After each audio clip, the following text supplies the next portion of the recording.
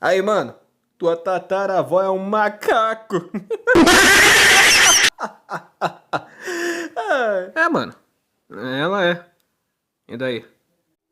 Ah, bem, ela é um macaco, né?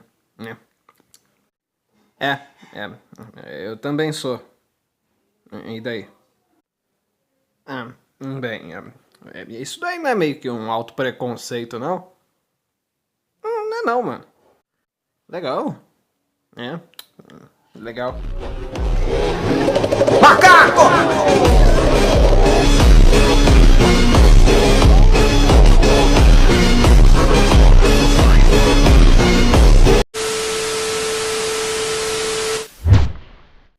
E aí, você sabia que nós todos somos macacos?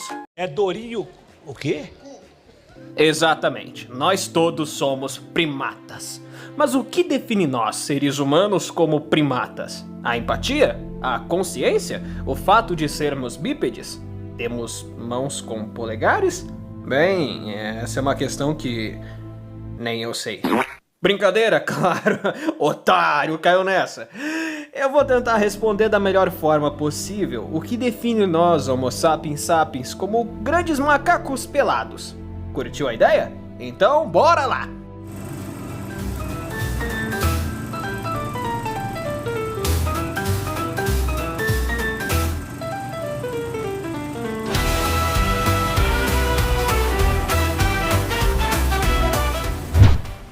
A definição de primata. Nós temos que levar em conta que pra gente encaixar um animal dentro da família dos primatas, a gente tem que ver se ele se encaixa nesses quesitos muito importantes.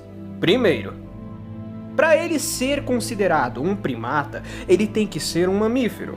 Portanto, ele tem que ter pelos, orelhas e beber leite direto da fonte. Uma vez, eu nunca passei mal tomando leite.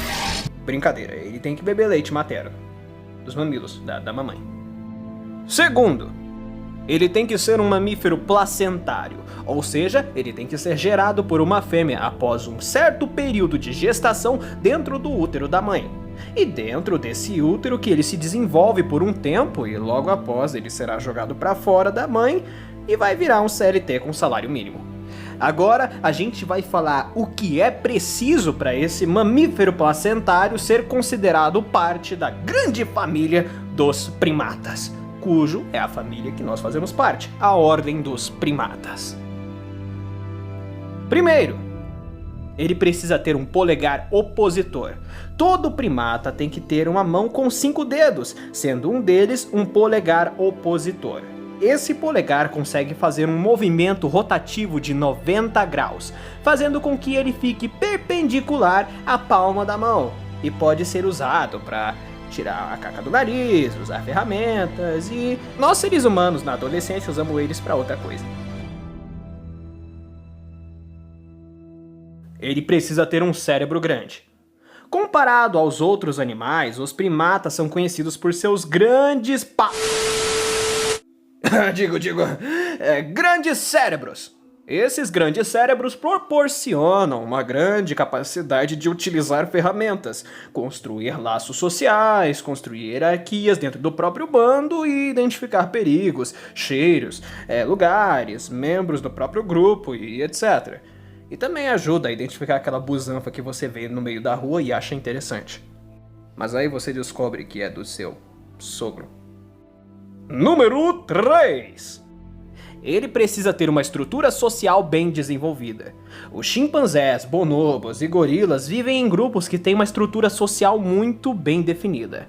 Claro que, como a nossa sociedade, eles apresentam violência, infanticídio, rixas e muito mais. Fora aqueles corno que é literalmente chifrado e descobre que era o amigo dele que estava traindo ele. É bem específico, né? O que é bem interessante de se observar, mas também é bastante triste. Número 4. E por fim, ele precisa ter uma visão binocular. Os primatas são bem característicos por sua visão estereoscópica, ou seja, eles possuem olhos voltados para frente, o que permite que eles possam calcular melhor a distância entre eles e um certo objeto, ou lugar, ou membro do próprio grupo. ou calcular a distância entre eles e um predador, o que pode facilitar na hora de calcular com precisão um salto de um galho para o outro, ou ajudar na hora de predar algum pequeno animal ou até caçar pequenos invertebrados. Chamamos isso de visão tridimensional. Viu? Eu falei pra você que temos muitas características em comum com os outros primatas. Desde os nossos polegares opositores, até os grandes cérebros, até os dentes que são semelhantes, até a nossa visão que é voltada para frente, até os laços sociais muito bem definidos, e até tendo um ancestral comum com os outros primatas. Fora a nossa incrível semelhança genética de 97 a 98% com os outros grandes primatas. O que é incrível! É incrível saber que não somos os únicos seres nesse planeta, os únicos primatas. Apesar de sermos a única espécie humana que sobrou, é reconfortante saber que não somos o único primata que sobrou na face da Terra. A empatia. Uma das características que muitas pessoas usam para definir alguém como humano é a empatia. O que, claro, não está errado, mas a nossa espécie não se define somente pela empatia, é claro. A empatia, obviamente, é a função que permite um indivíduo de se importar com o outro, de entender a dor do outro, de ajudar outro indivíduo que necessita de apoio, de ajudar um indivíduo a se recuperar de um ferimento, ou de aconselhar aquele seu amigo que descobriu que foi chifrado pela namorada. O ponto é, essas características são muitas vezes atribuídas ao ser humano, como se fosse algo exclusivo da nossa espécie, o Homo sapiens. Claro, a empatia e a sociabilidade foi uma das coisas mais importantes para a nossa espécie. Foi um salto importante na nossa evolução que permitiu chegarmos aonde nós estamos hoje. Mas considerar a empatia algo exclusivo nosso é algo até egoísta e muito precipitado na nossa parte. O que já era de se esperar, já que a nossa espécie já fez muita cagada por conta do egoísmo e de se achar o ser mais especial só por ser inteligente. O que é irônico, sermos inteligentes, mas fazermos decisões burras. A empatia é algo presente em vários outros animais que também são sociais como nós. Afinal, a empatia garante que um grupo sobreviva, pois ela pode fazer com que os indivíduos cuidem dos mais fracos, das crianças, dos feridos, e eles demonstrem afeto pelos membros do próprio grupo. As mamães primatas são uma das mamães mais carinhosas do reino animal. Como são mamíferos, as mamães primatas amamentam seus filhos desde bebês. Assim elas criam um laço muito forte com seus filhos até quando eles estão mais velhos, o que é muito fofo. Temos vídeos de mamães e papais gorilas brincando com seus filhos ainda bebês. Gorilas que se jogam na frente de predadores para proteger o seu grupo, o que muitas das vezes faz com que eles percam as suas próprias vidas em favor de saberem que seu grupo sobreviveu e conseguiu se safar do predador. Já vimos casos de chimpanzés que limparam o corpo de um membro do próprio grupo que já havia morrido e que estava fedendo que nem a bunda de uma velha no meio do metrô. Muitas das vezes pode ser um comportamento que demonstra respeito, ou resquícios de afeto dos outros por aquele membro do grupo que já se foi. Outras vezes pode ser apenas um comportamento de limpeza para evitar o mau cheiro e a chegada de predadores no local. Não é à toa que, após a limpeza, muitos desses grupos evitam o local sabendo que o cadáver será alvo de predadores que amam uma carcaça como banquete. Então, por favor, não romantizem. Nem tudo é o que parece ser. Um caso chocante de 1996 que ficou muito popular no mundo foi de uma criança humana que caiu bem no recinto de uma gorila fêmea chamada, eu espero estar pronunciando esse nome certo, meu pai amado, Bintijuá. Bintijuá.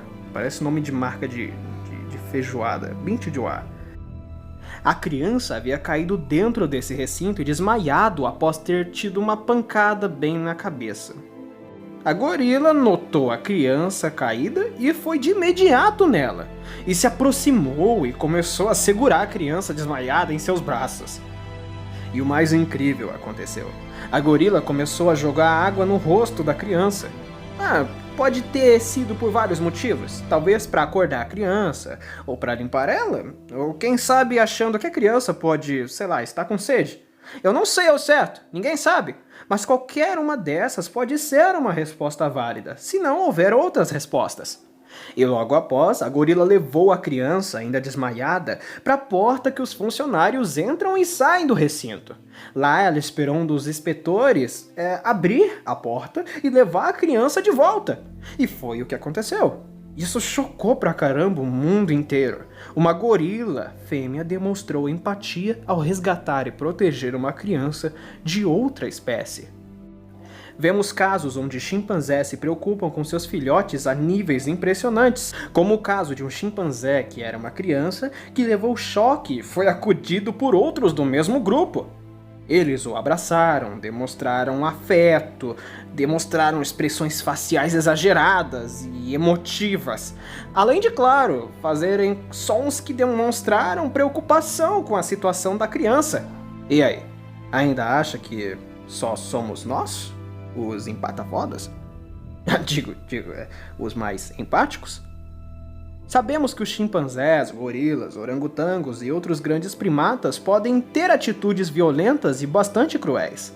Vemos chimpanzés machos que abusam sexualmente das fêmeas, chimpanzés fazerem verdadeiros golpes de estado, onde eles armam uma emboscada para matar o líder do bando deles, caso eles não se sintam muito satisfeitos com a decisão daquele líder, ou a decisão dos membros do próprio grupo em escolherem aquele certo indivíduo como líder do grupo deles. E sim, eu não tô brincando, isso realmente acontece. E isso lembra muito o ciúme e a inveja do ser humano. Mas não podemos ignorar que, assim como eles, nós temos empatia. Mas assim também como eles, nós podemos ser cruéis. Podemos ser violentos e armar emboscadas. Como o terrível caso que aconteceu em 1998 no Texas, onde um grupo de 3 pessoas brancas deram carona a um homem negro de 49 anos de idade, mas ao invés de levar esse homem para casa, levaram ele para um lugar deserto. Bem, lá eles tiraram a vida desse homem e fizeram coisas terríveis com o corpo dele. Eu não irei falar muito sobre isso. Quem tiver interesse em ver o caso, é só pesquisar sobre, mas garanto, ele não mereceu nada disso. Houve um caso registrado em um laboratório que foi intrigante. Nesse laboratório havia um grupo de jovens chimpanzés. Como todo jovem, eles têm um fogo no rabo que não dá para apagar. Do outro lado, tínhamos galinhas que estavam lá, vivendo sua vida numa boa. Mas aí chegaram os 3 capirotos com fogo no rabo e decidiram provocar as galinhas. Eles ficavam jogando migalhas de comida perto da cerca deles para atrair as galinhas. Toda vez que as galinhas se aproximavam da cerca deles, ou eles batiam nelas com pedaços de pau, ou tentavam furar elas com pedaços de arame afiado. Eles demonstraram vários sinais de estarem se divertindo com aquilo, como se fosse um jogo ou uma brincadeira de criança. Claro, para eles aquilo era uma brincadeira. Para a galinha, era só um bando de capeta que ainda não achou a carteira de trabalho. A consciência. A consciência é algo muito debatido dentro do meio científico e filosófico. Será que a consciência é algo exclusivo nosso? Será que a consciência é algo metafísico? Será que o fato de termos a consciência nos retira como animais? Será que somos, tipo, o Dr. Manhattan? A resposta é não. Termos consciência não nos torna menos animais, muito menos diz que nós não somos animais. Temos todas as características dos outros animais, fora as mesmas características que nos caracterizam como um grande primata. O que é incrível e fascinante. Percebemos que outros grandes primatas demonstram empatia, produzem ferramentas, constroem laços sociais e uma hierarquia social bem desenvolvida dentro de seu grupo. Fora o fato de detectarem o que é ou não é um perigo para eles, o que demonstra um forte sinal de que eles possuem consciência do cenário em que vivem.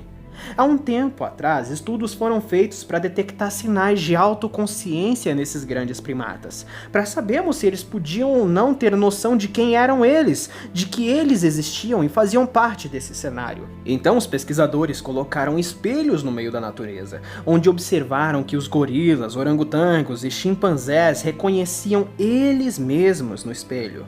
Eles cutucaram seus corpos em frente ao espelho. Eles cutucaram o próprio rosto para retirar sujeiras e manchas e tudo isso na frente do espelho. Eles usavam o espelho como ferramenta para se divertir. Se limparam, se observavam e até cutucavam o próprio boga na frente do espelho.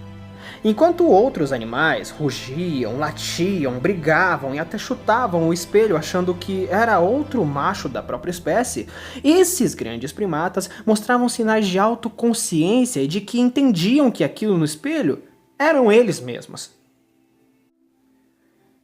Ancestral em comum. Há cerca de 7 milhões de anos atrás, o nosso grupo e o grupo dos chimpanzés se dividiram em grupos diferentes. Um grupo deu origem aos ancestrais da nossa espécie, e outro grupo deu origem à espécie dos chimpanzés. Claro que não é tão linear assim. Nada na evolução é linear. As pessoas pensam que é como uma escadinha, onde um macaquinho se torna um ser humano, mas não é bem assim. A evolução, a teoria da evolução de Charles Darwin, nunca afirmou e nunca disse que era fato que toda a evolução de uma espécie era linear, uma escadinha definida. Não é assim. A evolução cria ramos, cria espécies diferentes dentre as outras, e por aí vai. Não sabemos ao certo ainda quem foi esse possível ancestral em comum que nos deu origem e ao mesmo tempo deu origem aos chimpanzés. Mas sabemos, graças a essa separação, que nós e os chimpanzés surgimos e estamos aqui hoje. O mais provável candidato a ancestral em comum é o Sahelanthropus tchadensis, um primata que tinha características intermediárias entre um humano e um chimpanzé. Sua arcada dentária era semelhante à nossa, seus dentes eram semelhantes ao nosso, mas a sua fisionomia podia lembrar a de um chimpanzé.